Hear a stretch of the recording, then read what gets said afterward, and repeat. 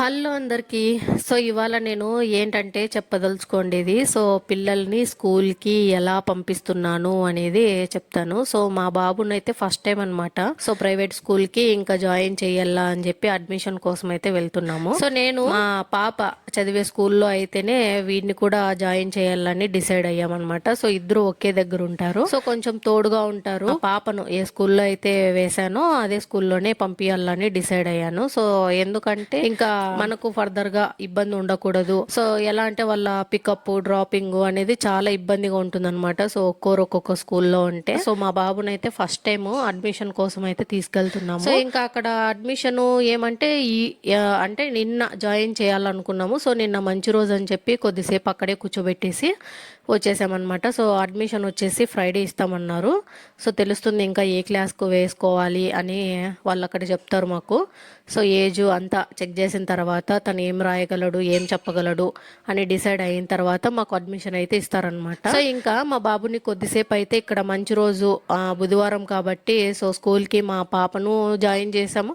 మా పాప కూడా సమ్మర్ హాలిడేస్ అయిపోయిన తర్వాత వెళ్ళడం అయితే స్టార్ట్ చేసింది. ఇప్పుడు తను 4th స్టాండర్డ్ అనమాట.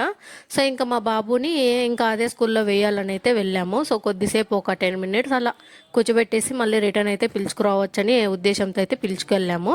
సో వాడైతే స్కూల్ చూస్తానే వెంటనే అదేదో బ్రహ్మానందం సినిమాలో ఒక డైలాగ్ అంటారు కదా, రే స్కూల్ నీకు ఎలా అనిపించిందంటే రకరకాలుగా ఉంది మాస్టరు అంటారే, ఆ రకంగా ఫేస్ ఎక్స్ప్రెషన్ పెడతాడనమాట స్కూల్ అంటే. సో నార్మల్గా పిల్లలందరూ ఇలానే ఉంటారు, కాకపోతే మనం ఇంకా ఫోర్స్ చేసి వేయాల్సి వస్తుంది. సో అది కొంచెం ఇబ్బందిగానే ఉంటుంది మనకు కూడా. ఎందుకంటే ఇంకా వాళ్ళ ఫ్యూచర్ కోసం మనము వాళ్ళు ఇబ్బంది పడకూడదు అనే ఉద్దేశంతో ఇప్పుడే కొంచెం ఇంకా వాళ్ళ ఫ్యూచర్ కోసం మనము వాళ్ళు ఇబ్బంది పడకూడదు అనే ఉద్దేశంతో ఇప్పుడే కొంచెం మనం స్ట్రిక్ట్గా ఉండి వాళ్ళను ట్రైన్ చేయాలన్నమాట. సో ఇక్కడ చూడండి కూర్చున్న పిల్లలందరూ చూస్తే వీళ్ళందరూ కూడా అలా వచ్చిన వాళ్ళే అనమాట. సో కొత్తగా జాయిన్ అయ్యేకి అడ్మిషన్స్ కోసం చాలా మందే వచ్చారు. సో ఒక్కొక్క విధంగా ఏడుస్తున్నారనమాట. సో ఫస్ట్ డే స్కూల్ కావడంతో ఇంకా మామూలుగా అయితే ఉండదు వీళ్ళతో.